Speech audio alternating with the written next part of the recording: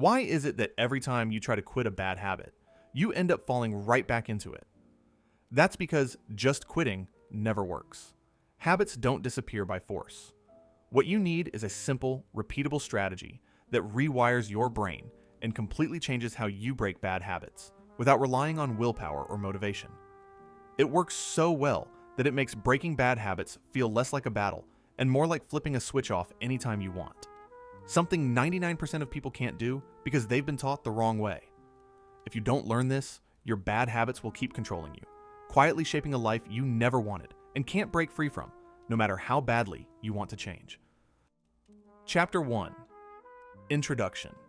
Researchers estimate roughly 40% of our daily actions are habitual, done in the same contexts each day, on autopilot, with little deliberate thought.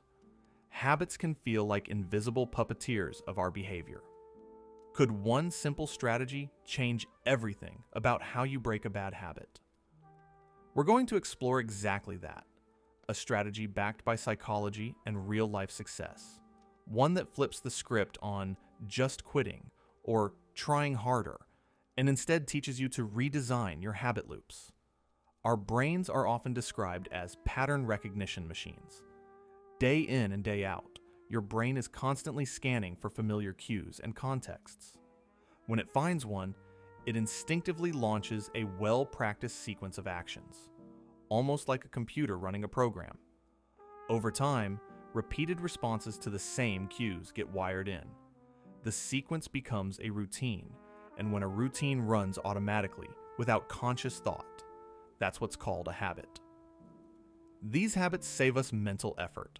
By offloading frequent tasks to autopilot, the brain frees up energy for other things. It's incredibly useful until a bad habit sneaks in and gets wired right alongside the good ones. How exactly do these habit loops work? Psychologists tell us every habit consists of a loop with 4 parts: a signal or cue that triggers you, a meaning attached to the cue, which is basically the urge or expectation it creates, the action or routine behavior itself, and finally a reward, which is the payoff that tells your brain, yes, that was worth it. For example, the context cue of walking into your kitchen in the morning might trigger a craving for coffee, leading you to brew a cup, and the reward is that energizing feeling afterward. Now, here's the tricky part. Once a habit forms, it runs largely outside of your conscious control. Habits don't vanish overnight either. Old patterns can remain in your neural circuitry for a long time. They lie dormant, ready to fire whenever the familiar cue appears. That's why, even after you decide to quit eating junk food, walking past that donut shop might still make you salivate. Habits never really disappear. They just get replaced or weakened by new ones. This is why cues, the meaning we give them, rewards, repetition, and our environment are so important. Change any of these elements, and you can start to reshape the habit. Keep them the same, and the habit will keep running, whether you want it to or not. The good news is that you're not stuck with your bad habits forever. You can break them, but it requires a strategy a bit more nuanced than brute force. In this audiobook, we're going to dive deep into one powerful approach to habit change. We'll break down the science of breaking a habit and the art of building a better habit in its place. And to make it concrete, you'll hear the story of Peter, a young professional who struggled with a crippling procrastination habit. We'll follow how he applied each step of this strategy to first break that cycle of procrastination and then build a positive daily writing habit. Through Peter's journey, you'll see how this one strategy works in real life, transforming habits from the inside out. Let's start by unpacking exactly what's going on in our brains when habits take hold, and how we can use that knowledge to break free. Chapter 2.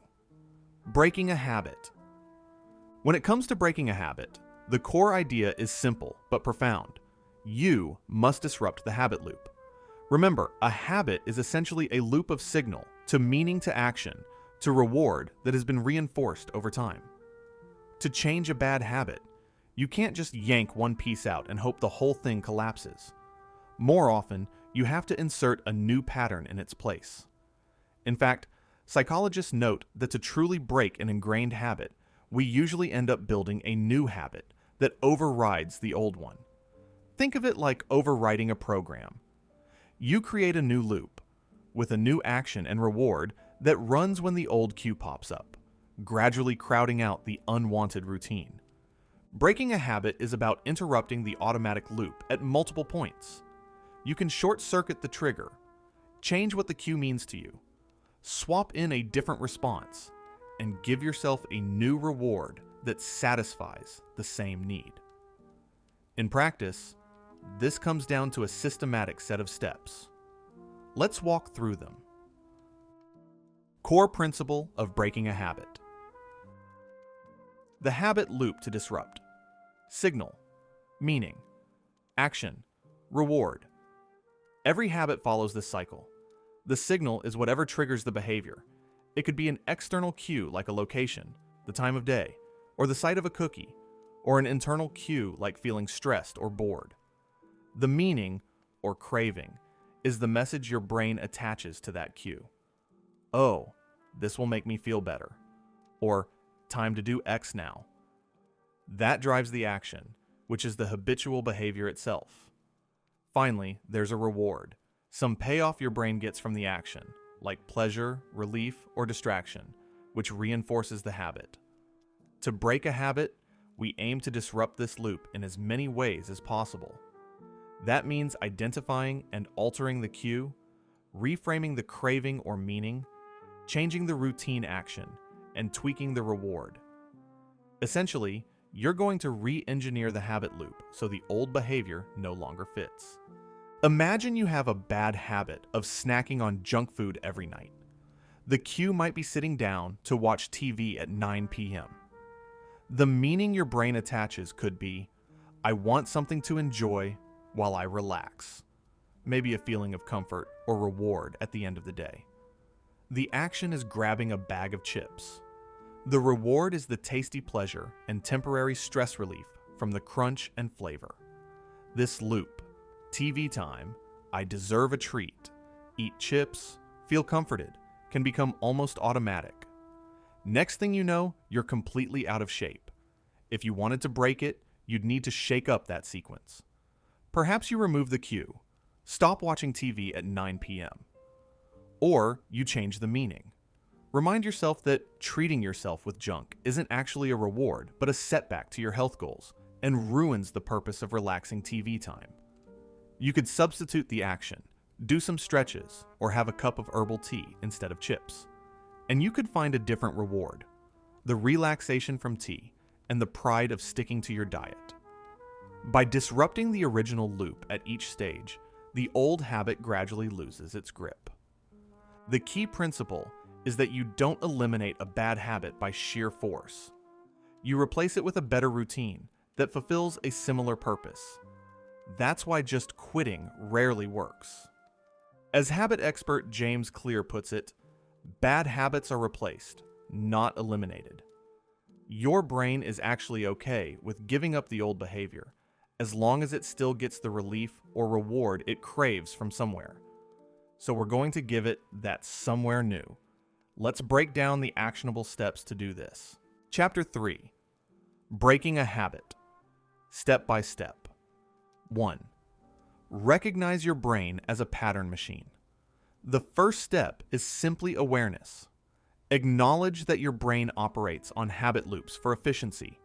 It loves to automate repeated behaviors to save energy. That's why you might find yourself doing the very thing you swore off, almost as if on autopilot. Don't beat yourself up for it. This is your brain's natural mechanism. Instead, decide to use that knowledge. Tell yourself, okay, my brain is a pattern-making machine. This habit is not a mysterious curse. It's a pattern that I can understand and rewire. Peter, the protagonist of our story, had this epiphany one night while scrolling his phone instead of working. He realized, this isn't random. I'm running on autopilot. That moment of recognition is powerful. It shifts you from feeling helpless, "Why do I do this?"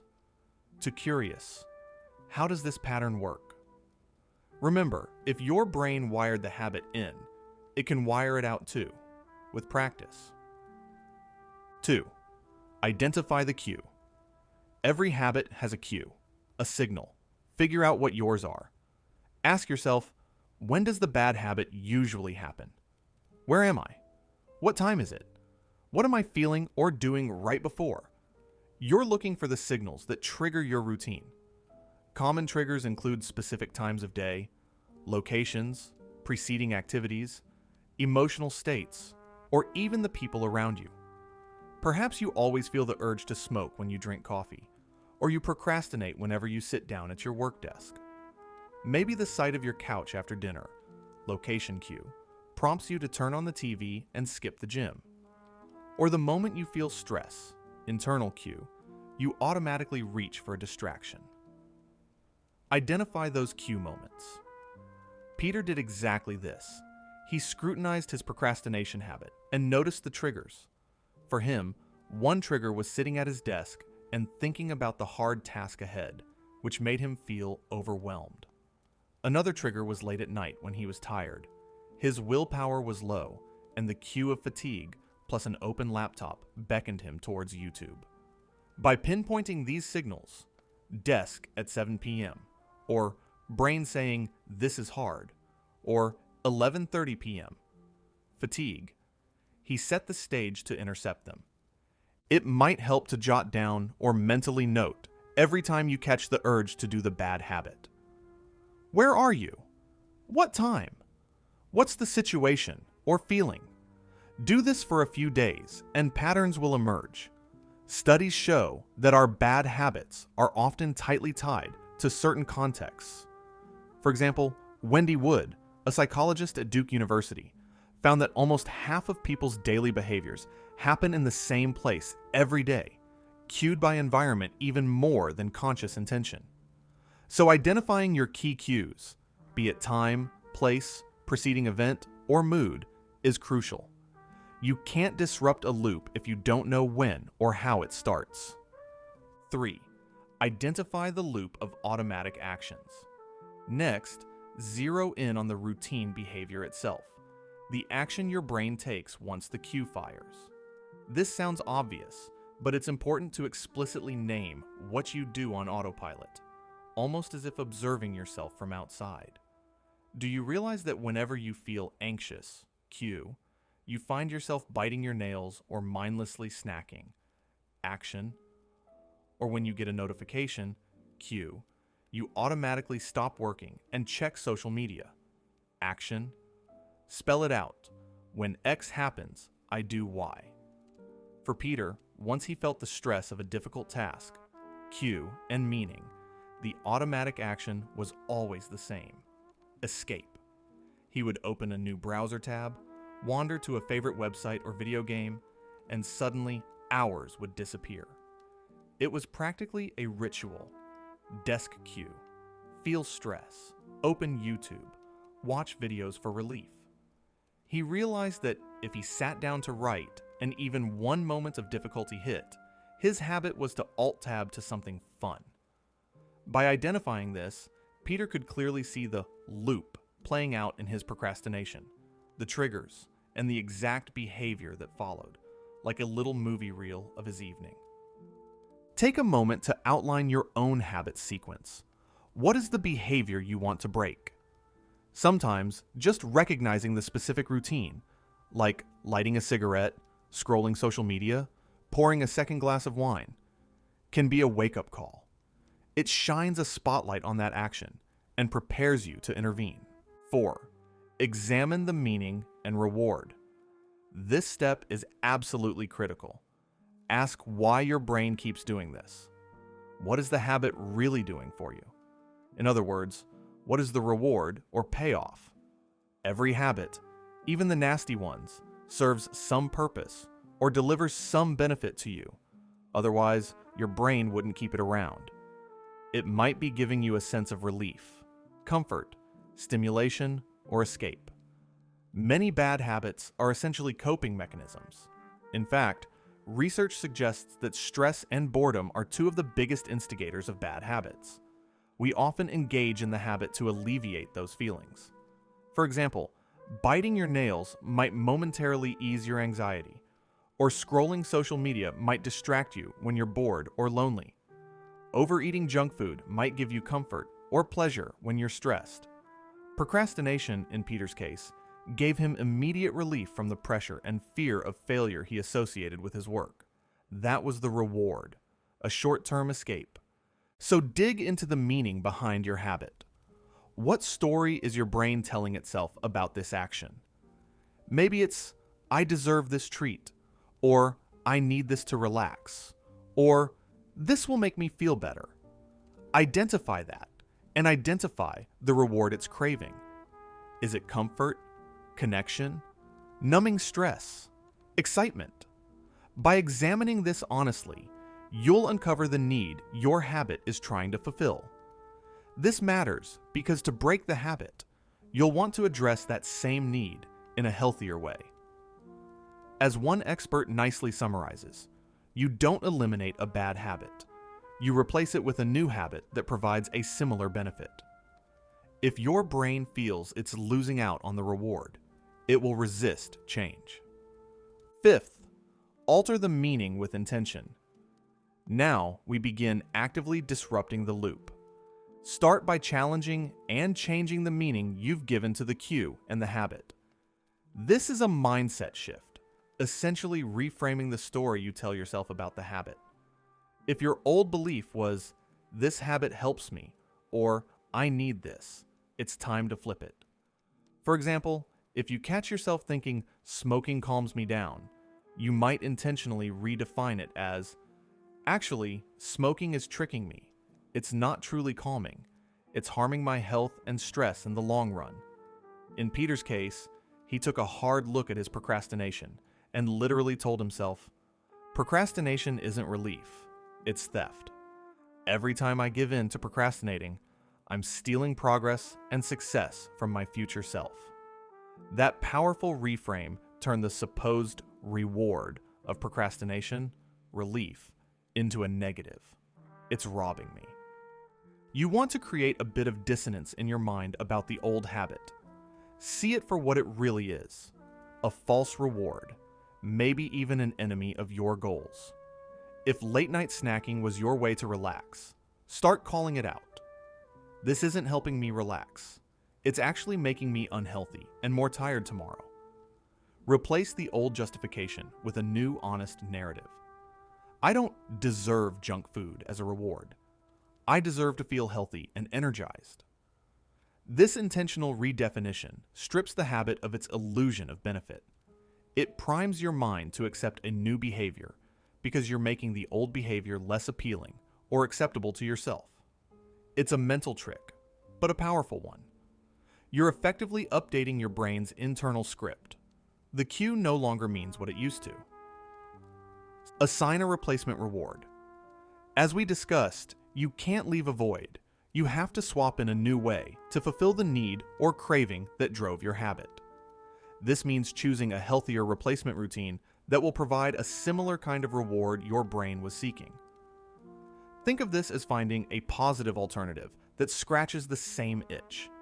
If you usually reach for sweets when stressed, perhaps your replacement reward is brewing a cup of herbal tea with a drop of honey. It soothes you and gives a bit of sweetness without derailing your goals. Or maybe it's doing 20 jumping jacks to blow off steam and then enjoying a refreshing glass of water. If checking social media gives you a sense of connection when you're bored, maybe your replacement is to text one friend to say hello or spend 5 minutes journaling your thoughts, something that genuinely connects or engages you. The key is that the new action should be incompatible with the old habit. You can't do them at the same time, but still rewarding. James CLEAAR gives a great example.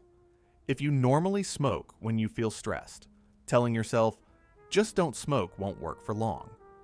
Instead, you could plan to do a quick breathing exercise or go for a brisk walk when stress hits. Those alternatives can reduce stress, addressing the same need, but in a far healthier way. Peter's solution for procrastination was to replace the digital distraction reward with other small breaks that gave him relief without derailing him. Whenever he felt the itch to procrastinate, he would do something like make a cup of tea, stretch for 2 minutes, or meditate briefly. These actions provided a bit of relaxation and reset, calming his nerves without sending him down a 2-hour rabbit hole of videos. At first, this replacement might not feel as immediately satisfying as the old habit. After all, YouTube is designed to hijack your brain more than deep breathing is. But over time, the new reward grows on you, especially as you start seeing benefits. The short walk makes you feel good about taking care of yourself. The tea soothes you, and you return to work refreshed rather than guilty. Your brain will gradually associate the new action with getting the relief or pleasure it needs, especially if you consciously enjoy that reward. So pick a replacement habit that is positive, easy to do, and gives you at least a little dose of whatever your old habit gave you. Or something even better. It can be helpful to say, when I feel the urge to do X, old habit, I will do Y, new action, instead. Have that plan ready. Psychologists call this an implementation intention. Then you want to practice the signals intentionally. This step might surprise you.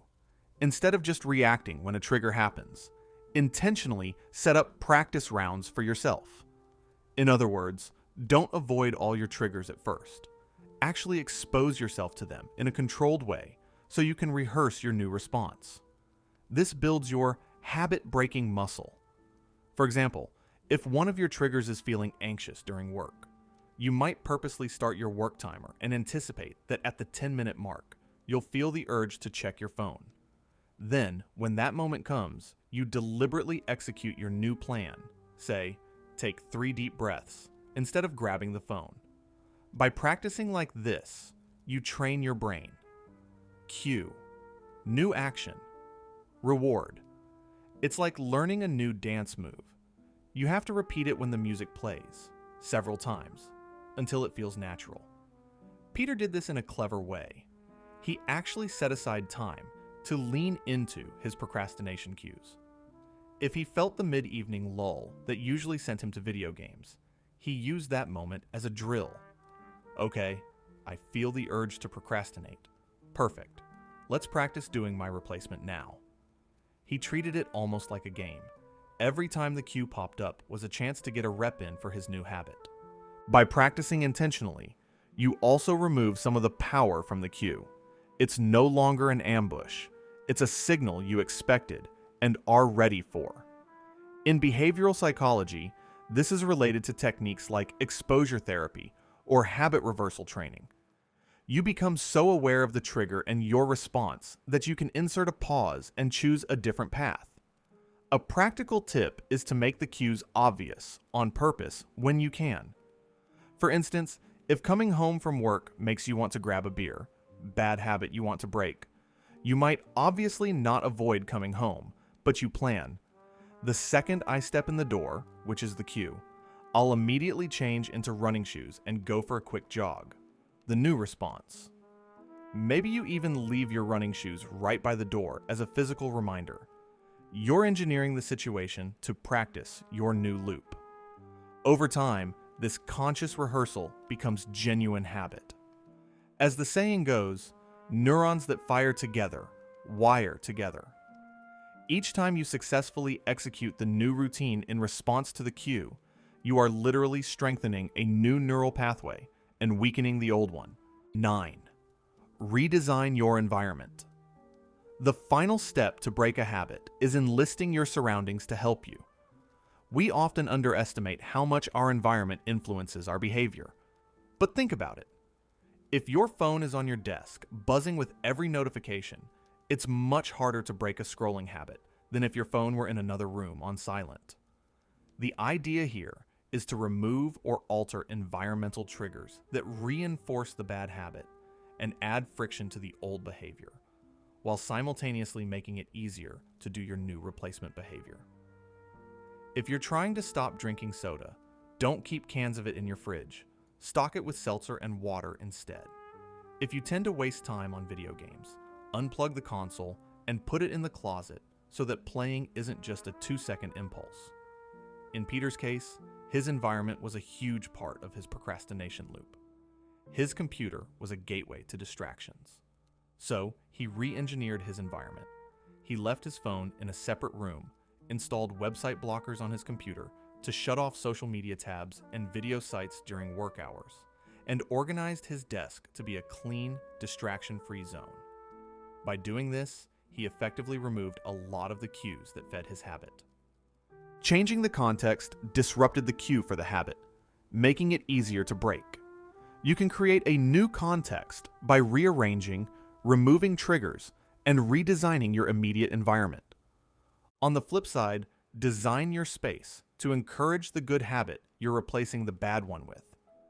If you're quitting nighttime Netflix binges in favor of reading, maybe you put the TV remote in an inconvenient spot and place a good book on your pillow.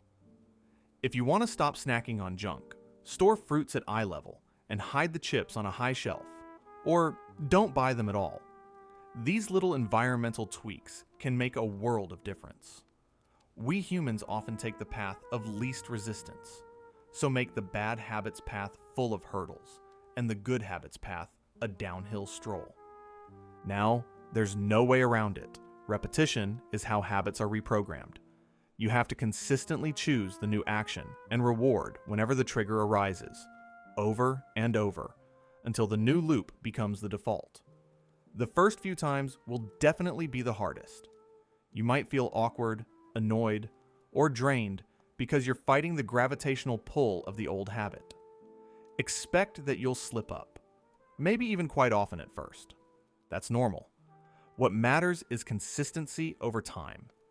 Each time you catch and override the habit loop with your new routine, you're essentially cutting a new trail in your brain's circuitry. Miss one opportunity? Okay, get the next one. Don't use lapses as an excuse to give up. Use them as data to refine your approach. Maybe a particular trigger was stronger than you thought. How can you prepare better for it next time? Science has debunked the old myth that it takes just 21 days to form or break a habit. In reality, it varies widely. One famous study found the average time to firmly establish a new habit was about 66 days.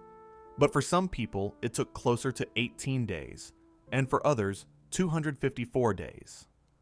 The exact number isn't as important as the lesson. It takes as long as it takes, and longer habits may take more time to rewrite. The repetition of your new behavior is gradually weakening the old pathway because you're not giving it use, and strengthening the new pathway because you are using it. Over weeks and months, the new habit can truly replace the old. Peter experienced this firsthand. The first couple of weeks of interrupting his procrastination loop were rocky. Sometimes he gave in and spent 30 minutes doom-scrolling social media. But even when he slipped, he didn't abandon the strategy. He kept returning to the plan. Trigger, new action, reward. Little by little, the temptation to procrastinate lessened. After consistently repeating his replacement routine, he noticed the strangest thing. One evening, he sat at his desk and didn't feel the urge to open any social media app at all. His brain had begun to accept the new way. That's the magic of repetition. By following these steps, understanding the pattern, identifying cues and routines, redefining the habit's meaning, swapping in a better reward, practicing your new responses, repeating them consistently, and restructuring your environment, you create a comprehensive attack on your bad habit. You're not just hoping you won't bite your nails or procrastinate. You're systematically dismantling the habit support structure. Now, that's a lot of abstract talk.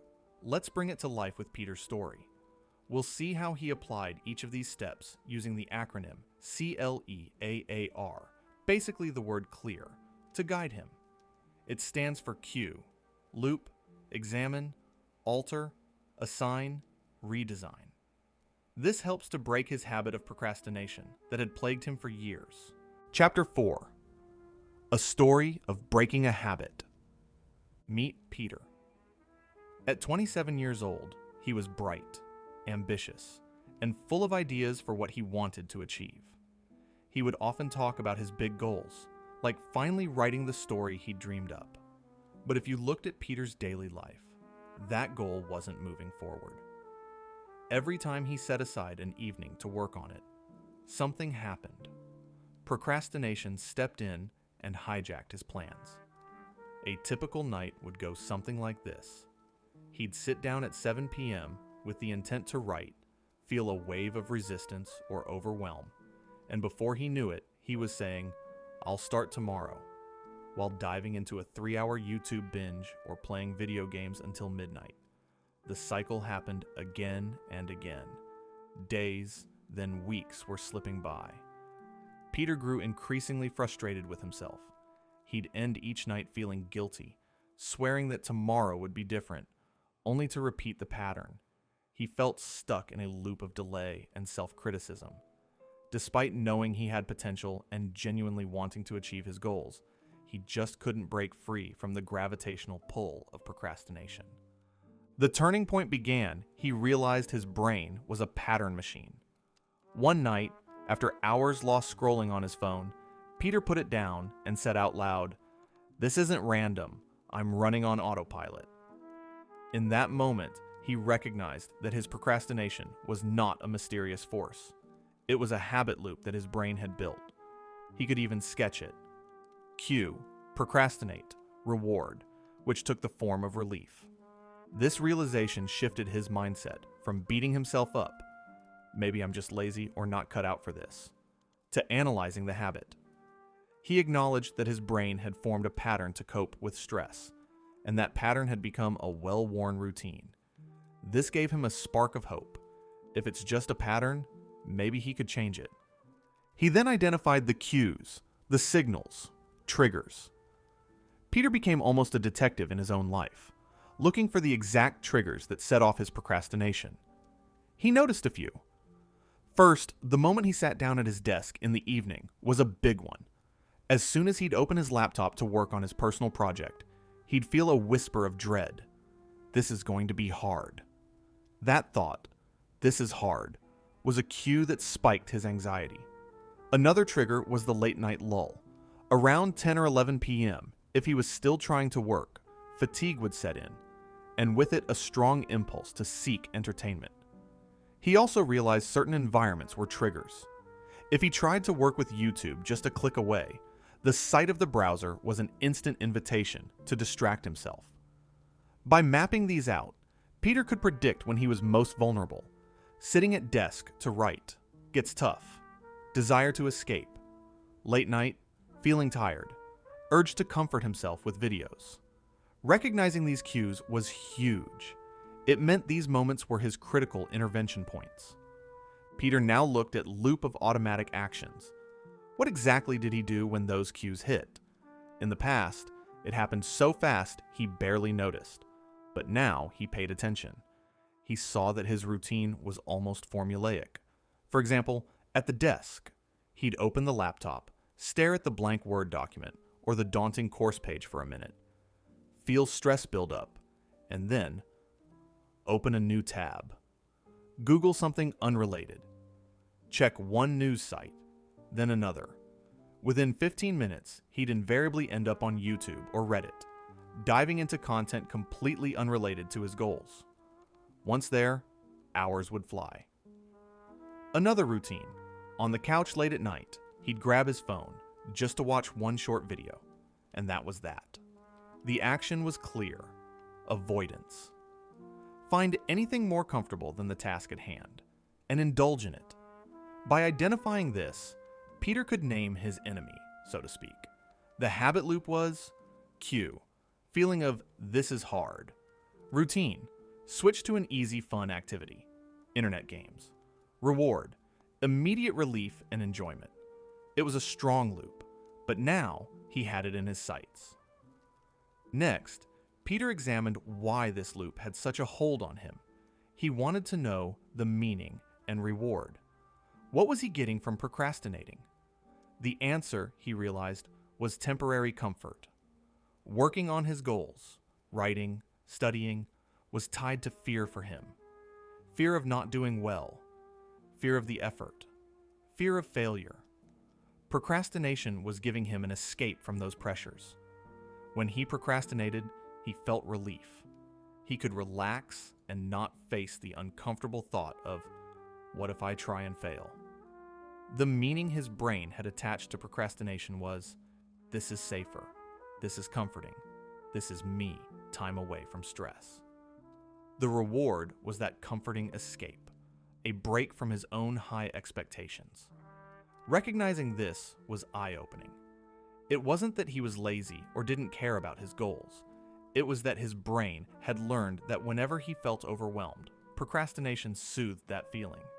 Unfortunately, that relief was short-lived and came at the cost of long-term progress, and ironically, caused more stress later. But in the moment, it was powerfully reinforcing. Peter also identified the emotions involved. He felt frustrated with himself, yes, but also deep down, he felt scared. Scared of failing at his goals, so procrastinating protected him from confronting that. It's a bit like someone who drinks to avoid dealing with emotions. The habit serves as a shield. This understanding set the stage for him to change the narrative his brain believed. Peter decided to consciously alter how he viewed his procrastination so that he can redefine the meaning with intention. He told himself a new story. Procrastination isn't really relief or rest. It's a thief in disguise. It steals my time, my progress, and my self-respect. This was a dramatic shift from seeing procrastination as a treat or a comfort. He even wrote that down and stuck it to his wall. Procrastination equals theft from your future. Each time he looked at that, it reignited his determination. He no longer wanted to grant procrastination the label of relief or fun, because it clearly led to guilt and stagnation. He also redefined the meaning of the cues. When he sat at his desk and thought, this is hard, instead of interpreting that as run, he tried to see it as, this is hard, so it's important, and getting started is how I'll make it easier. He reminded himself that the discomfort was a sign of doing something meaningful, not a signal to escape. This mental reframing didn't magically erase his urges, but it weakened the justification for them. It's hard to keep indulging a habit when you've convinced yourself it's actually harmful and not really giving you what you want. Knowing that he needed to fill the void, Peter came up with alternative responses whenever he felt the urge to procrastinate, basically whenever the cue struck. His goal was to still give himself a break or relief, but in a controlled, quick way that wouldn't completely derail him. He decided that when he got the itch to escape work, he would do one of three things. A. Stand up and take a short walk, even if just around his room or hallway, to clear his mind. B. Make a cup of tea and sip it for a few minutes. Or C. Do a 2-minute breathing or meditation exercise at his desk. Each of these would take maybe 5 minutes or less. They were healthy ways to relieve tension. Importantly, they still felt good. A brisk walk or stretch gave him a bit of endorphins. A warm cup of tea was genuinely comforting. Deep breathing helped ease the stress. These became his go-to mini rewards. Additionally, he allowed himself tiny gamified rewards. For instance, if he managed to work focused for another 25 minutes, he'd allow a 5-minute check of a non-distracting pleasant activity, like reading an article from a science site he enjoyed, but with a timer set. The key was that the reward was deliberate and contained, rather than falling into a 3-hour black hole of YouTube. By planning these replacement rewards ahead of time, Peter removed the question of, what do I do instead, in the heat of the moment. He already had options. It's worth noting that at first, these alternatives didn't feel as overwhelmingly fun as watching his favorite streamers or shows. But they were satisfying enough to take the edge off the craving, and they carried a new reward, the pride of staying in control. The brain loves immediate rewards, but it also appreciates when something feels aligned with your goals. There's a subtle reward in knowing I'm doing the right thing, which began to grow in Peter each time he chose the healthier alternative. Peter didn't wait passively for procrastination urges to ambush him. He actively set up sessions to practice the signals intentionally. For example, he knew that right after dinner, around 7:30 p.m., was a classic time he'd start avoiding work. So he actually orchestrated his environment to bring on the cue. He'd finish dinner, leave his phone in another room, sit at his desk, and open his writing document. Immediately, the feelings of, I don't want to do this, would surface. The cue, craving. This time, because he expected it, he smiled. Yes, here you are. Urge to procrastinate. Then he'd implement his new routine. Push away from the desk, stand up and stretch, or do a quick walk. By doing this consciously, he was training himself. Feeling urge, do new action, feel okay, get back to work. He repeated this drill many evenings. Sometimes he even purposefully allowed a small temptation to appear, like he'd go to YouTube, see the homepage, and instead of clicking anything, immediately close it and do breathing exercises. That was him practicing, not giving in when the cue presented itself. It's like practicing a fire drill. You simulate the situation so that when the real fire, a strong temptation comes, you've got the muscle memory to do the right thing. One clever strategy Peter used was to make the cues work for him rather than against him. Earlier, whenever he felt bored or restless, his habit was to open a browser. He decided to turn that on its head. Whenever he noticed feelings of restlessness or mental clutter, the very feelings that usually triggered procrastination, he took it as a cue to write. Strange as it sounds, he made procrastination itself a signal to do a bit of writing. Writing became his new release valve instead of browsing. This might not work for everyone, but in essence, he co-opted the trigger. The emotional energy that used to send him to avoidance, he redirected into creativity. Over time, feeling stressed or restless started to automatically make him think of writing, since he'd consistently practiced that association. It was a brilliant personal twist on habit replacement. To cement his gains, Peter doubled down on redesigning his environment to support these changes. Earlier, he had removed distractions, deleting apps, using site blockers. He went further. During his writing time, he put his phone on airplane mode and left it across the room. He installed a browser extension that kept him from accessing certain websites between 7 p.m. and 10 p.m., his prime work hours. He also made his environment more inviting for the new habit. He set up a clean, pleasant workspace. He would sometimes play gentle instrumental music that signaled, "We're focusing now." He even used lighting to his advantage, a bright desk lamp to keep him alert. On the wall, he posted a calendar and gave himself a check mark. Each day he stuck to his routine and wrote something, even if small. That calendar became a visual cue and reward system of its own, a technique often recommended by habit researchers to build streaks and give a sense of accomplishment. Meanwhile, his physical environment was no longer a minefield of triggers for procrastination. It was slowly shaping into a support system for productivity. Peter now had to act and repeat. The first week or two of this new approach, Peter felt both hopeful and challenged. At first, it felt awkward. He joked that doing breathing exercises at his desk made him feel like some Zen monk. It was out of character, and the pull of his phone or YouTube was still strong. He slipped up often. One night he found himself watching a show for an hour before he even woke up to realize he hadn't done his plan. But importantly, he didn't let these slips become an excuse to abandon the strategy. Each time he failed, he didn't berate himself as harshly as before.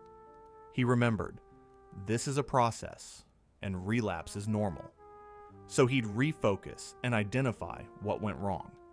Maybe he left his phone too accessible that night, or he was extra tired and should have taken a brief nap. Then he got back on track. He kept choosing the replacement action again and again. Slowly, those choices started to rewire his loop.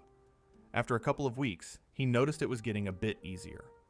The cue of "this is hard" when he sat down still came, but now his immediate thought was take a deep breath, and sometimes that was enough to push through and get into the writing after the mini break. The urge to procrastinate didn't vanish all at once, but it lost its grip. He described it like this. Earlier, the temptation felt like a riptide dragging him away. Now, it felt more like a brief wave that he could step aside from with practice. His brain was learning. Work time now leads to a short walk or tea, and then back to work and, hey, it's not so bad. We should highlight a point here. It's not that Peter never procrastinated again. He did, on occasion, but those occasions became less frequent, and importantly, they didn't spiral into full-blown habit meltdowns. One video might slip in, but he'd catch himself after 5 minutes, close the tab, and get back. This is a real sign of progress. Not perfection, but improvement and control. By making his procrastination habit clear, identifying the cue, the loop, examining the reward, altering the meaning, assign a replacement reward, and redesigning his environment, Peter finally disrupted the cycle that had held him back for so long. The difference was remarkable. What once was an automatic, self-sabotaging routine had been broken down, challenged, and systematically replaced with a new, healthier pattern. Peter reclaimed hours of his life that were previously lost, and with those hours, he started accomplishing the things he truly cared about. How did it feel for him? In Peter's own words, it was like coming up for air after being underwater. The freedom from that guilt and frustration was the biggest reward of all. He proved to himself that change was possible, not by magically becoming an ultra-disciplined person overnight, but by redesigning the habit loops that ran his days. That's the power of this strategy. You don't fight the habit head-on. You rebuild it from within.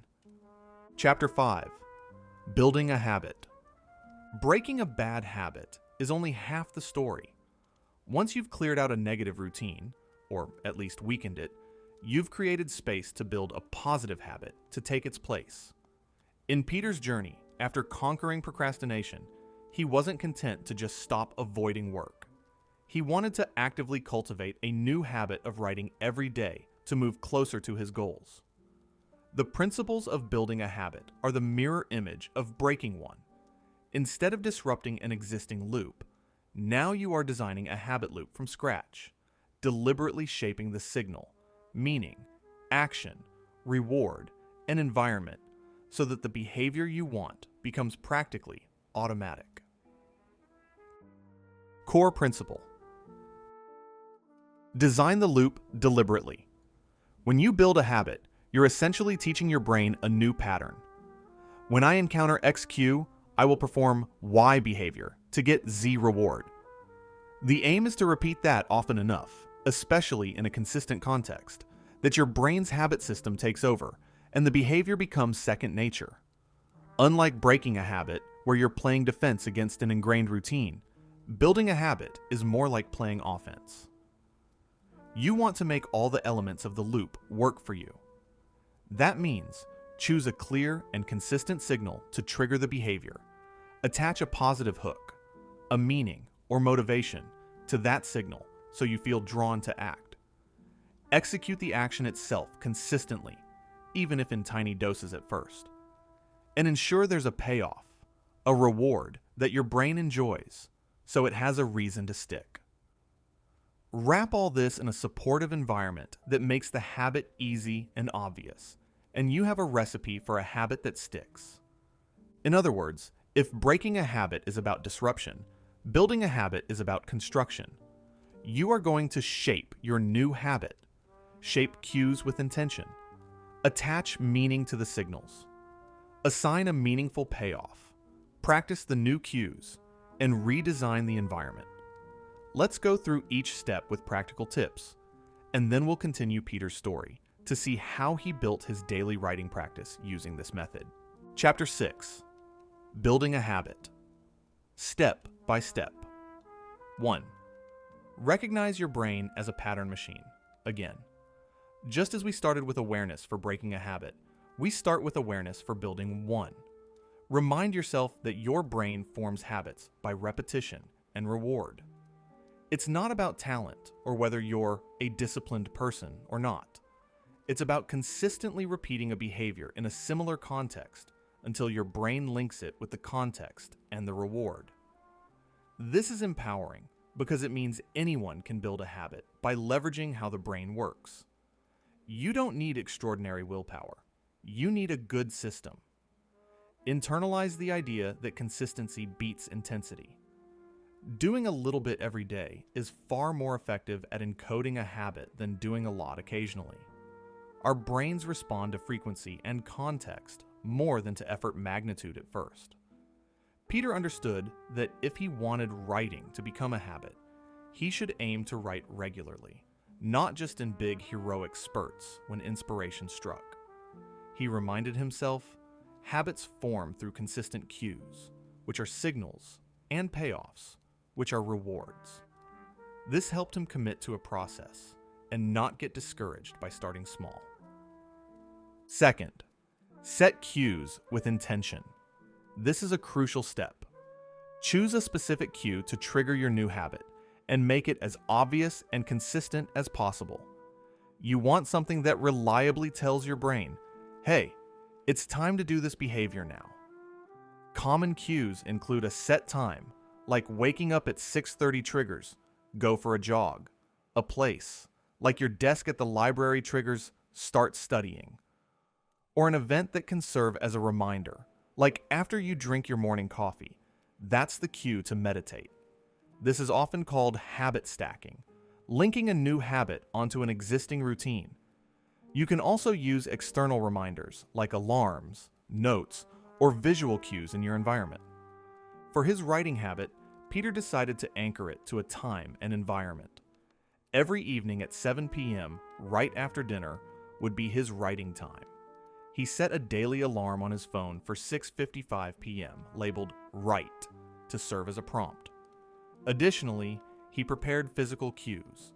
Before he started cooking dinner, he would lay out his notebook and favorite pen on his desk, so that when he finished eating, he'd see them beckoning. The sight of the notebook open to a fresh page and the pen placed just so became a cue that writing time is now. He also ensured his writing software was the first thing open on his laptop at that hour. These might sound like small things, but they are powerful. By creating these cues intentionally, he wasn't leaving it to chance or memory to start writing. The cues would do the heavy lifting of prompting him. Design your cues to be as specific and as visible or audible as possible. If you want to start flossing, maybe your signal is, after I brush my teeth at night, I see the floss on the counter ready to pick up.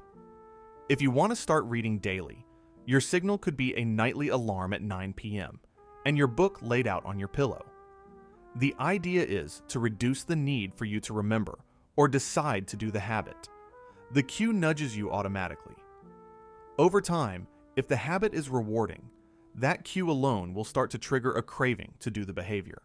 For instance, a runner who always jogs at 6 a.m. might eventually feel antsy if 6 a.m. rolls around and they don't lace up their shoes because their body and brain have been conditioned that time to run feeling. 3. Attach meaning to the signals, which is the hook. This step is about motivation and identity, giving the habit a why that resonates with you, and ideally tying it to your sense of self. The cue you set will eventually trigger you automatically, but in the early days, you need enthusiasm to respond to it. One of the best ways to create a strong pull is to connect the habit to an intrinsic value or identity. Ask, why do I want to make this a habit? What's the deeper reason or feeling? Also, who am I when I do this habit? For Peter, writing wasn't just a chore. It was tied to his dream of being a storyteller and a content creator. So he deliberately cultivated the mindset. When I sit at this desk at 7 p.m., I am a writer. He even came up with a short phrase to say to himself as he began, "I'm a writer writing." It sounds a bit cheesy, but repeating that helped ingrain an identity. He was no longer just someone forcing himself to do a task. He was embodying the role he aspired to. This is a known psychological trick. When a behavior becomes part of your identity, I am a runner, I am a non-smoker, I'm a healthy eater, it's much more likely to stick because we humans love to act consistently with who we think we are. In fact, James Clear notes that the ultimate form of motivation is when a habit becomes part of your identity. At that point, you do it because it's who you are, not just because of external rewards. So, find a way to hook meaning onto your habit. It could be aspirational. Every time I practice piano, I am a musician honing my craft. Or values-driven. Going for my daily walk is me valuing my health and mental clarity. Or even relational. When I read to my kids each night, I'm being the caring parent I want to be. For Peter, beyond identity, he also recalled his why. He loved storytelling and had a message to share, and writing daily was the bridge to becoming a writer who could share that with the world. He placed a little sticky note on his notebook that said, "1 page at a time equals novel by end of year," a reminder of the meaningful goal he was working toward. Attaching this kind of meaning turns your cue into more than a neutral signal. It becomes a call to action that matters to you. When the alarm chimes at 7 p.m., it's not just, oh, some random alarm. It's, this is the call to be the writer I want to be. 5. Assign a meaningful payoff. This is the reward. If you want a habit to stick, it absolutely must have some kind of payoff or pleasure that your brain experiences, especially in the early stages. We are wired to repeat behaviors that feel rewarding. So think, how can I make this new habit rewarding for myself, both immediately and longer term? Some habits have natural, intrinsic rewards, like exercising releases endorphins and makes you feel good physically, or practicing a hobby you love is enjoyable in itself. But other habits, especially things like studying, saving money, or doing housework, might not deliver a big dopamine hit at first. In those cases, you can pair the habit with an external reward. For instance, maybe you allow yourself to watch your favorite TV show only while ironing clothes, or you treat yourself to a fancy coffee at the end of a week of consistent studying. Peter found ways to reward his writing habit on both the immediate and delayed scales. Immediately, he discovered that he felt a sense of satisfaction from physically checking off the day on his calendar after a writing session. That small act of ticking a box and seeing a chain of completed days gave him a tiny dopamine boost, a feeling of, yes, I did it again. He started to really enjoy not breaking the chain. He also made his writing time cozy and enjoyable, brewing a cup of his favorite coffee or tea right before he started, so he associated the pleasant taste and the little caffeine perk with writing, and playing a specific instrumental playlist that he loved. The music put him in a good mood, and the coffee made the session feel like a treat. These were immediate rewards. The writing itself sometimes was flowy and fun, but other times it was hard. Regardless, he had stacked his session with some things he liked to make it a positive experience. For a longer-term reward, Peter kept a log of how many words he wrote each day, and he set milestones. For example, after 7 consecutive days of writing, he rewarded himself on Sunday by watching a movie, guilt-free. After he wrote 10,000 words in total, he planned to buy himself a new fountain pen he'd been eyeing. Having those to look forward to gave him extra incentive on days when motivation was low. Over time, an interesting thing happened. The action of writing itself became rewarding. Once he got into a routine, he started to enjoy the process, seeing his thoughts come alive on the page, feeling his skills improve, and experiencing the creativity. By the end of a session, even if he struggled initially, he often felt a runner's high of sorts. the pride and contentment of having written. But to reach that stage, those initial external rewards were very helpful. Whatever your habit is, think of how to immediately reward it, even if just giving yourself praise, a sticker, a small treat, and recognize the intrinsic rewards it can bring long term. Our brains are like puppies. They respond to treats and pats on the head. So don't skimp on rewarding yourself when you do your new habit, especially in the beginning. 5. Practice the new cues. Just as with breaking a habit, practicing is key to building one. This means repetition, but also deliberately putting yourself in the position to do the habit regularly, so it catches on. One aspect is to make the cue frequent. If you want to build a meditation habit, maybe you decide to meditate every morning and every evening, doubling the practice opportunities. However, frequency should be balanced with realism. Don't commit to more than you can handle in a sustainable way. The core idea is to show up consistently. Another aspect is to ensure you always follow through when the cue happens. If your cue is time-based, say 7 a.m. daily. Try very hard not to ignore that alarm. In psychology, this builds what's called stimulus control. The cue and the action become tightly linked because you rarely miss. If you find yourself repeatedly missing at a certain time or situation, maybe adjust the cue or time to something more feasible. Peter was quite disciplined with practicing his new cues. He set up his 7 p.m. ritual every single day, even on some weekends. Though, on weekends he sometimes shifted it to earlier, or wrote in the afternoon, which was okay, because he had more free time, but he still kept a daily cue. He also stacked multiple cues to strengthen the habit. The alarm, plus the visual of the notebook, plus even environmental cues, like he would always put on the same hoodie when it was writing time, kind of like a personal uniform that signaled in writing mode. He was training his brain from all angles. If 7 p.m. came and, say, he was out with friends or something, life happens. He would adapt by writing as soon as he got home and still check off that day, or dedicate an extra writing session the next day. Another part of practicing is sometimes referred to as rehearsal. For instance, athletes visualize performing well. Musicians do dry runs. If your habit is complex or you anticipate obstacles, you can mentally rehearse. Peter would sometimes imagine the scenario. Okay, I sit down. I don't feel like writing, but I'll just open the doc and write one sentence. By visualizing overcoming that initial resistance, he was more prepared to do it in reality. The bottom line, every time you perform your habit as planned, you're essentially casting a vote for the kind of person you want to be. Those votes add up. So practice, practice, practice, even if it's a tiny action each time, because it's wiring the habit into your brain. Now, of course, rehearsing the cues are important.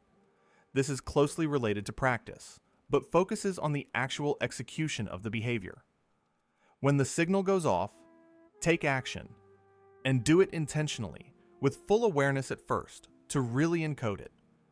If your habit is to floss, when the cue of brushing your teeth finishes, consciously reach for the floss and do one tooth at least. Tell yourself, I am flossing because I want better dental hygiene as you do it. In early stages, you often have to force yourself a bit. That's normal, but commit to at least a minimum action each time. Many habit gurus suggest using the 2-minute rule, or very small starts. Make the habit so small you can't say no. Want to start reading? Commit to read one page when the cue hits. If you want to do more once you start, great. If not, at least you did one page. This lowers the resistance to starting. Often the hardest part is just starting. Our brains come up with all sorts of excuses and dread, but if you say, I only have to do 2 minutes, you can bypass that. And of course, once you're 2 minutes in, momentum may carry you to continue longer. Peter leveraged this idea. He told himself, you only have to write for 5 minutes. If after 5 minutes you truly have nothing more, you can stop. That permission, ironically, made it easier to start, because 5 minutes is nothing. And almost every time, once he started, he wrote for 30 minutes, then 45, sometimes an hour, because he'd get in the flow. But on the tough days, knowing he could quit after a few minutes got him to at least begin.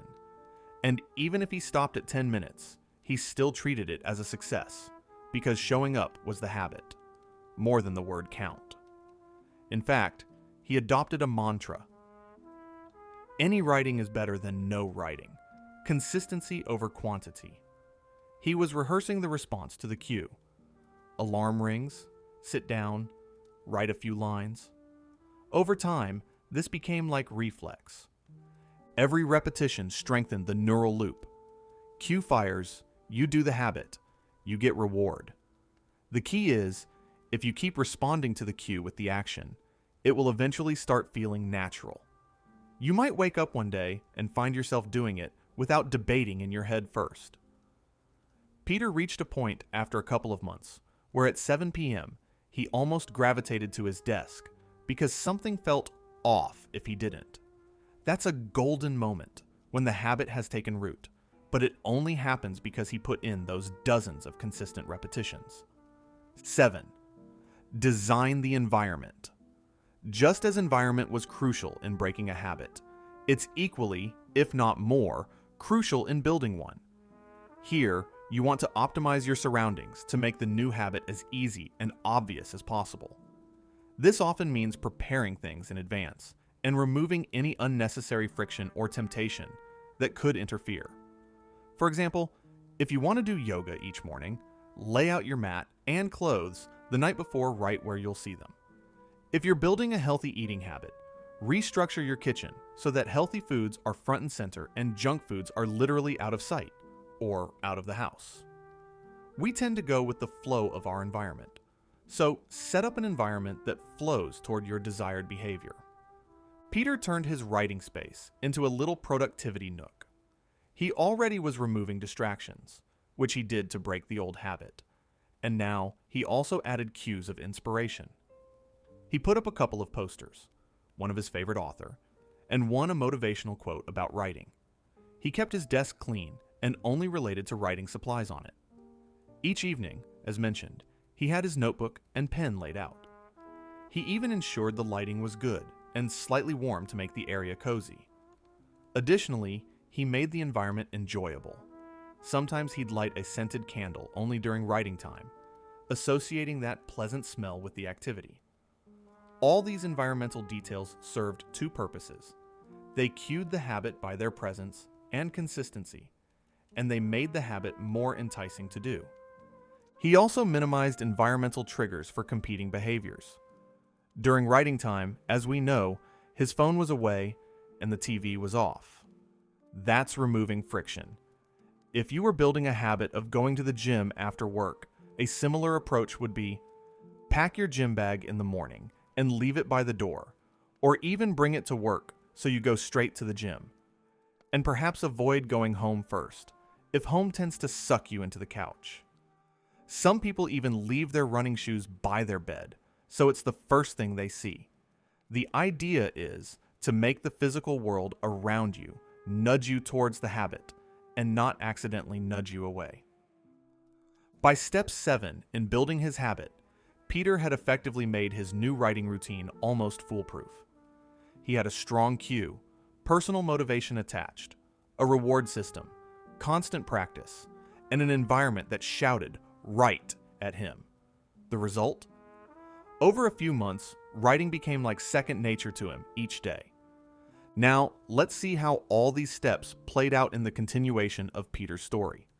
How he went from simply not procrastinating to proactively becoming a daily writer. Chapter 7. A story of building a habit. With procrastination losing its power over him, Peter found himself in an unfamiliar position. He suddenly had time and mental space that weren't there before. It was a bit like clearing a cluttered room. Once it was clean, he saw open floor that could be used for something new. For years, his evenings had been devoured by guilt-ridden escapism. Now, he'd broken that pattern.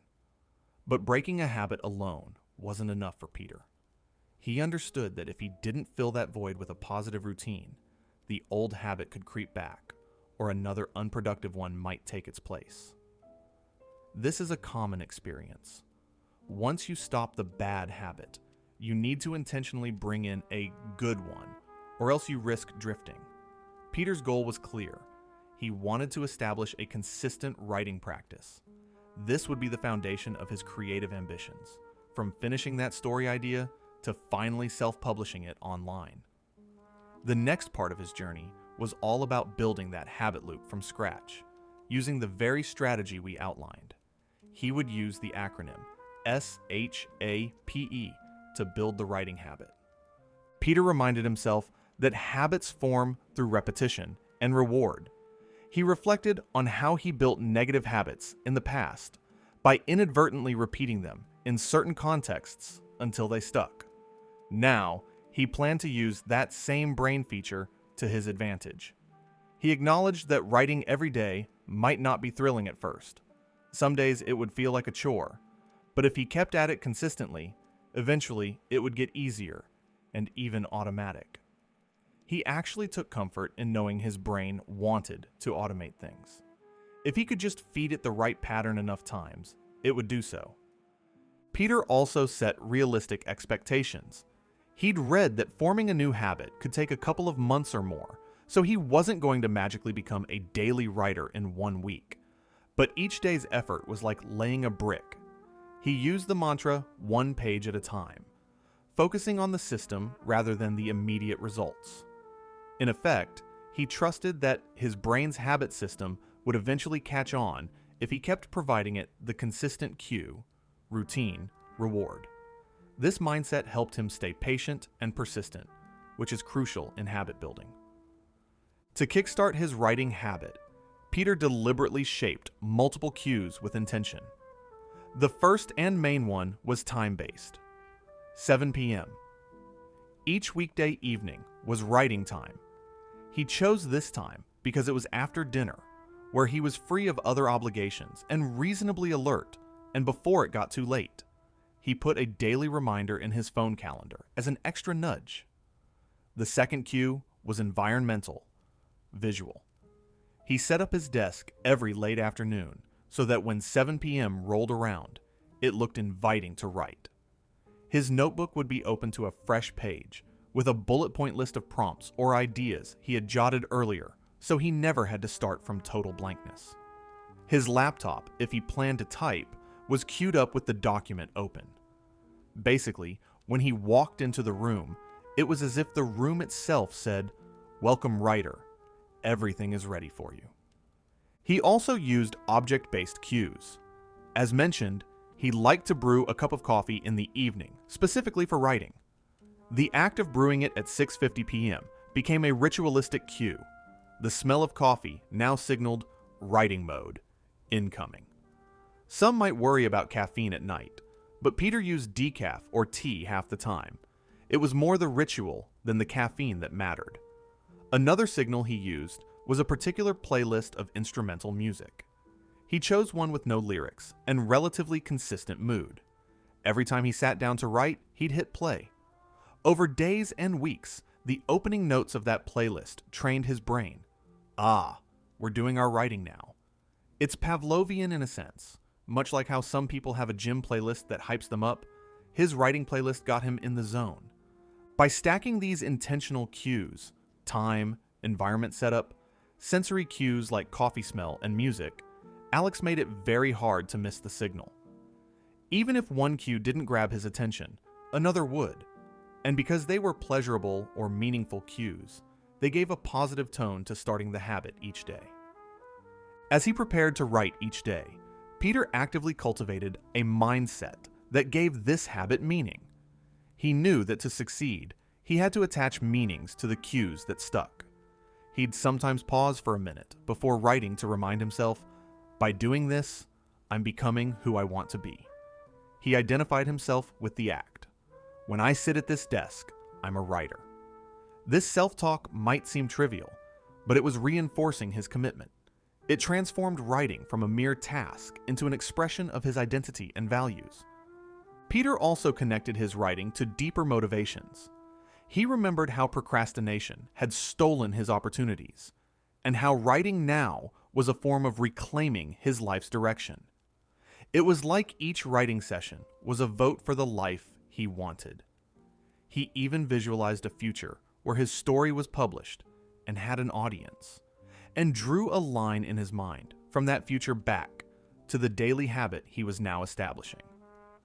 This gave each session a sense of purpose beyond just, I have to do this. It became, I get to do this because it's part of my dream and mission. Furthermore, Peter found that attaching meaning helped on days he didn't feel like writing. Instead of focusing on immediate feelings, like not feeling inspired, he told himself that showing up matters. Consistency is more important than brilliance right now. That principle had meaning to him. It was about integrity and dedication. So even if he wrote a mediocre paragraph, the act still felt meaningful because it aligned with his chosen identity as a disciplined writer. To keep his motivation high, Peter assigned a meaningful reward as a payoff. It was a 2-tier reward system for his writing habit. The immediate reward was that sense of accomplishment each night. We mentioned he was using a wall calendar. Every day he wrote, he'd draw a satisfying red X or a check mark on that date. Watching a chain of X's grow gave him a small hit of pride and joy. There were days he admitted he wrote purely because I didn't want to break the chain. And that's perfectly fine. Whatever keeps you going is good. This method is often recommended by habit experts because it's simple and it works. Our brains love seeing visual progress. Peter also allowed himself a mini celebration after each session. Sometimes he'd take a picture of his word count or journal entry and send it to his friend with a thumbs up, or he'd pat himself on the back. These may sound silly, but rewarding yourself can be as simple as acknowledging, I did it, and giving yourself a mental pat on the back. It reinforces the behavior. For a more tangible, immediate reward, he might follow up a solid writing session by letting himself unwind with something he enjoyed, guilt-free, since he'd earned it. For instance, he had a favorite TV show that he only allowed himself to watch after he had written for at least 30 minutes that day. This effectively turned the TV show into a reward rather than a procrastination tool. Another trick, he loved dark chocolate, so he'd sometimes eat a small piece right when he finished writing, almost like giving a dog a treat after a command. Laugh as we might, the brain responds to these things. The long-term rewards were also building. After a month, he could look back and see roughly 20 plus days of writing, which resulted in dozens of pages that didn't exist before. That progress was immensely rewarding emotionally. He was seeing the fruit of his new habit, and he would remind himself of it. If I keep this up, I'll have a full first draft in a few months.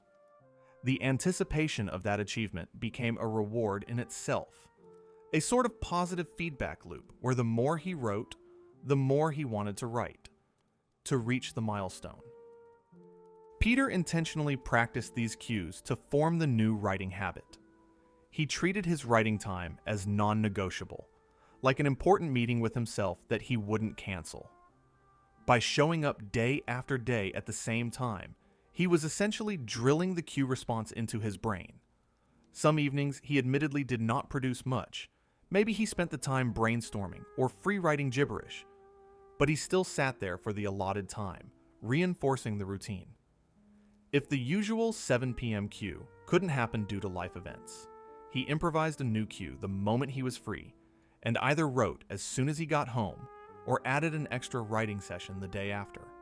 He also continued layering additional cues during practice. As he grew comfortable, he added another one, emotional cues.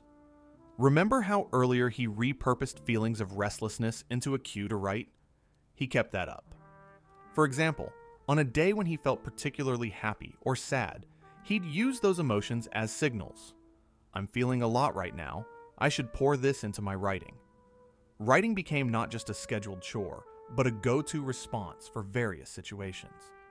By practicing writing in different moods and contexts, while keeping the baseline routine constant, he actually strengthened the habit's versatility. Peter also found that starting in the same way each time helped reinforce the habit. For him, that was sit down, sip coffee, put on music, read the last few lines he wrote yesterday, then start writing. This little routine became second nature after a couple weeks. Practicing it repeatedly meant that as soon as he hit play on that music and read his previous lines, his fingers almost automatically started typing, a clear sign the habit loop was taking hold. Each day when the alarm went off or when dinner ended, his trigger moment, Peter would physically move to his desk and begin writing. That was him rehearsing the desired behavior over and over. Initially, there were days he had to drag himself, but because he had committed to even a small action, he always at least opened his doc and wrote a sentence. One strategy he used to overcome any initial hesitation was counting down. 3, 2, 1, go. And then he'd start writing something, anything. This kind of starting ritual can break the inertia.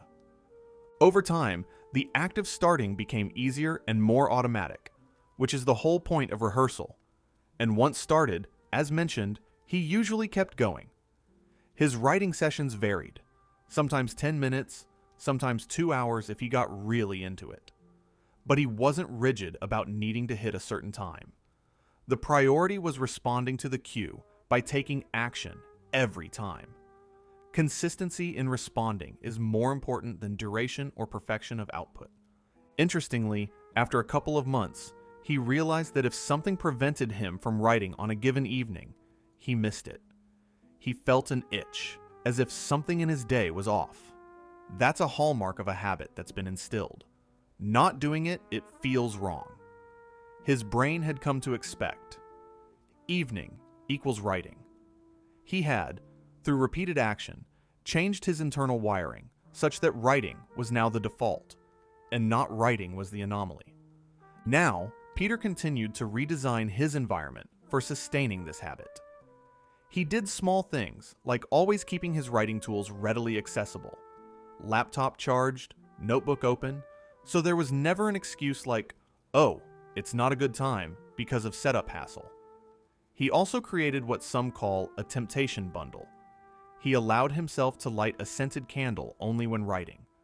So his environment had a special cozy feel during the habit, which he associated with the activity. He minimized disruptions. During writing time, notifications were off, and he let household members or friends know that this was a focus period for him. In essence, he made his environment sacred for that hour, a little bubble in which writing was the obvious thing to do.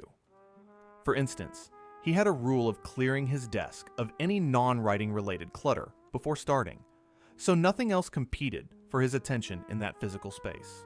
One could say Peter designed his surroundings to make the new habit easy and automatic. An anecdote.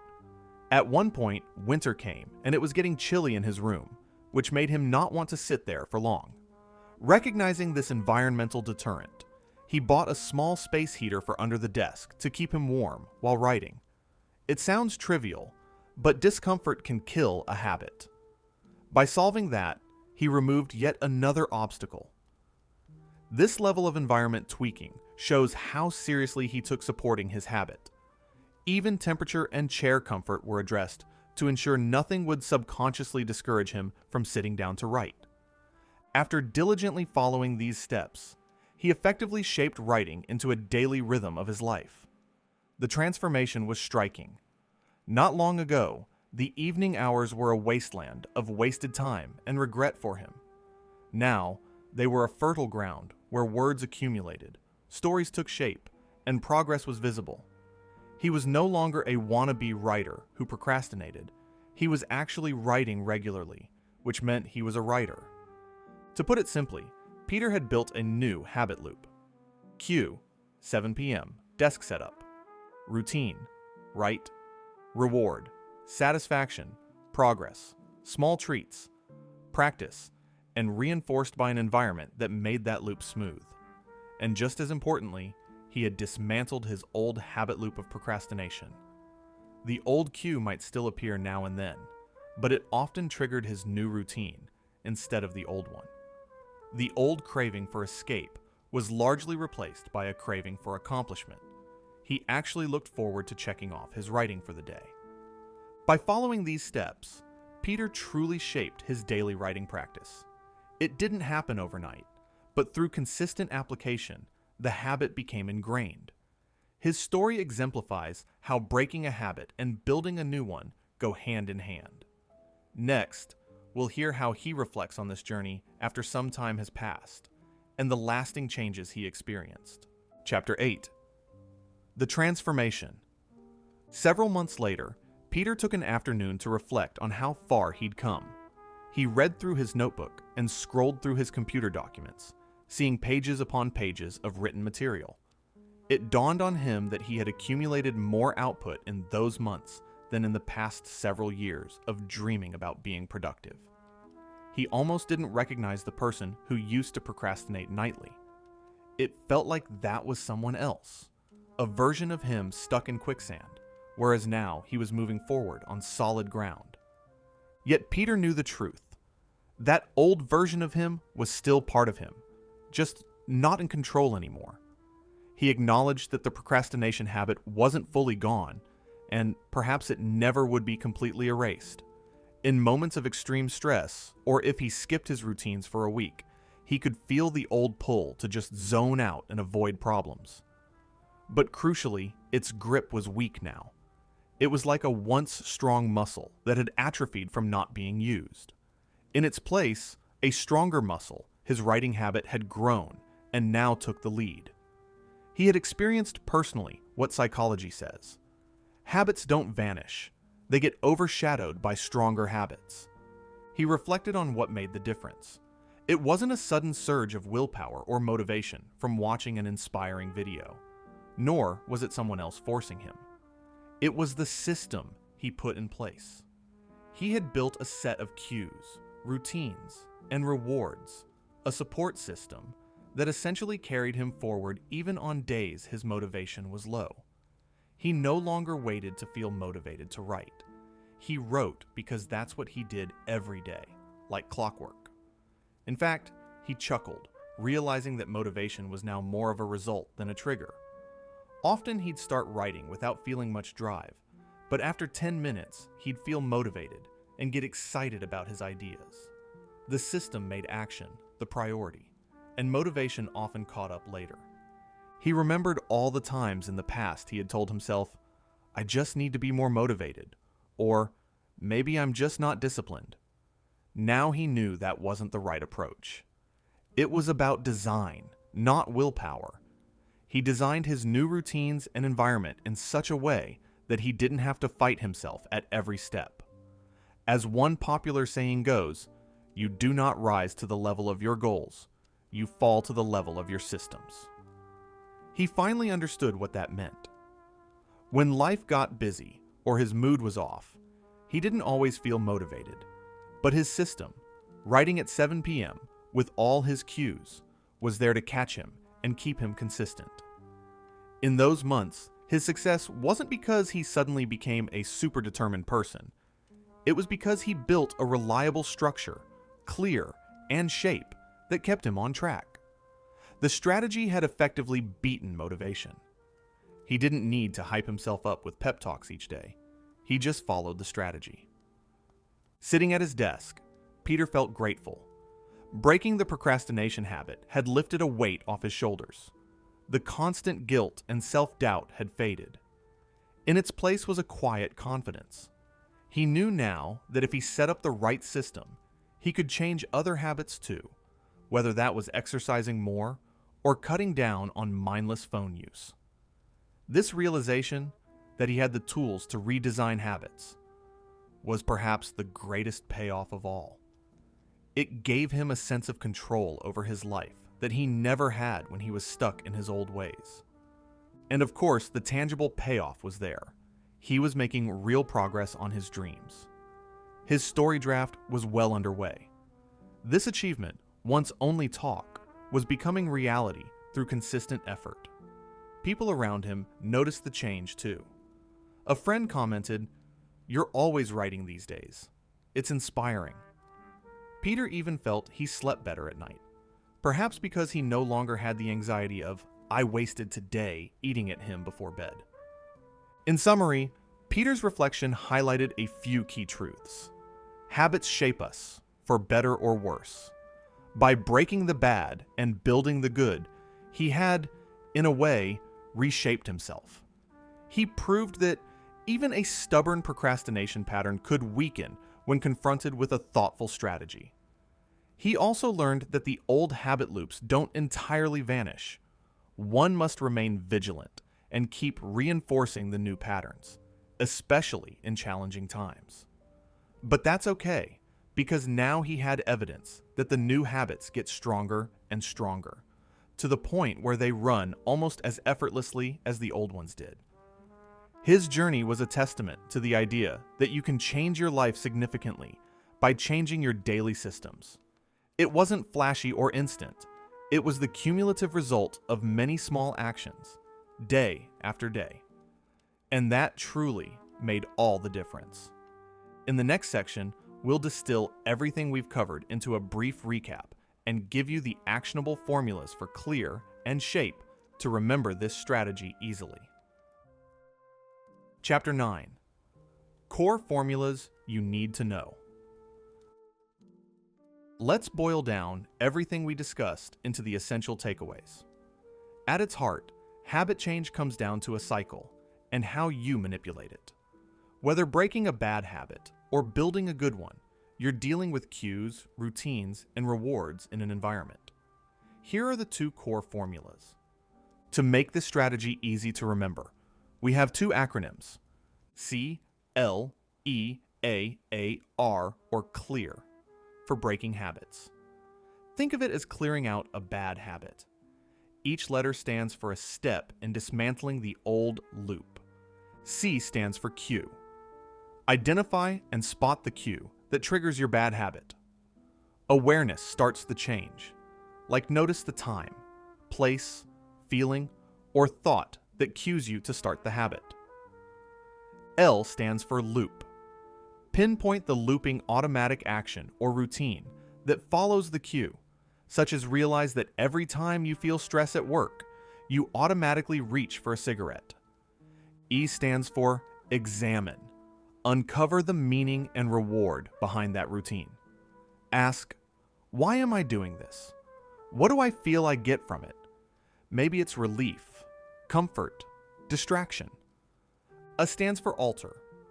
Alter the meaning of the habit and replace the reward with something healthier. Like, tell yourself, this isn't really helping me, and substitute a different response that addresses the same need, like taking a short walk for relief instead of smoking.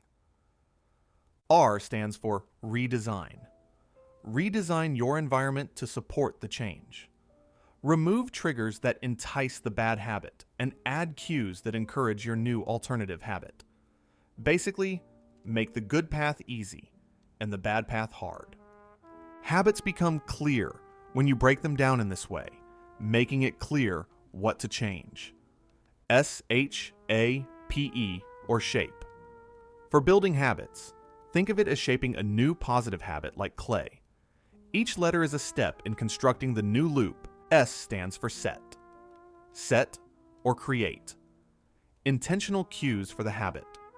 Decide on a when, where that will trigger your behavior reliably, like every morning at 7, or when I sit down at my desk after lunch. Make it obvious, alarms, visual cues, emotional cues, etc. H stands for hook. Hook the habit to a meaning or identity. Give yourself a motivational reason or self-image tied to the habit. When I do this, I'm being healthy. Or I'm a reader, so I read each night. Make it personally significant. A stands for action. Practice and perform the new behavior consistently. Even if it's small, do it every time the signal appears. Focus on getting the reps in. Frequency is more important than duration or intensity at first. P. Payoff. Provide a payoff with immediate and long-term rewards. Give your brain a reason to enjoy the habit, a small treat, a satisfying checkmark, or the inherent pleasure of the activity. Recognize the benefits you're getting. E. Environment. Design your environment to make it stick. Adjust your surroundings so that cues for the habit are front and center, and distractions are minimized. Basically, make the good habit the easy default in your physical space. You shape new habits into your life by crafting these components. To tie this back to our title and the overarching message, the one strategy that changes how we break bad habits is realizing that you don't beat habits by fighting against them with willpower. You beat them by redesigning them. Rather than going toe-to-toe with a bad habit and saying, stop it, you methodically break apart its loop using CLEAAR and simultaneously build a new loop with shape to replace the old one. You're essentially outsmarting your habit brain, working with its love for cues and rewards, not against it. So, the next time you're faced with a habit you want to change, remember Peter's story and these formulas. Make the habit clear to break down, then shape a new habit to replace it. Step by step, cue by cue, reward by reward, you'll find that transformation happens. Small changes in your loops lead to big changes in your life. That's the power of redesigning habits, and that's the strategy that can truly change everything.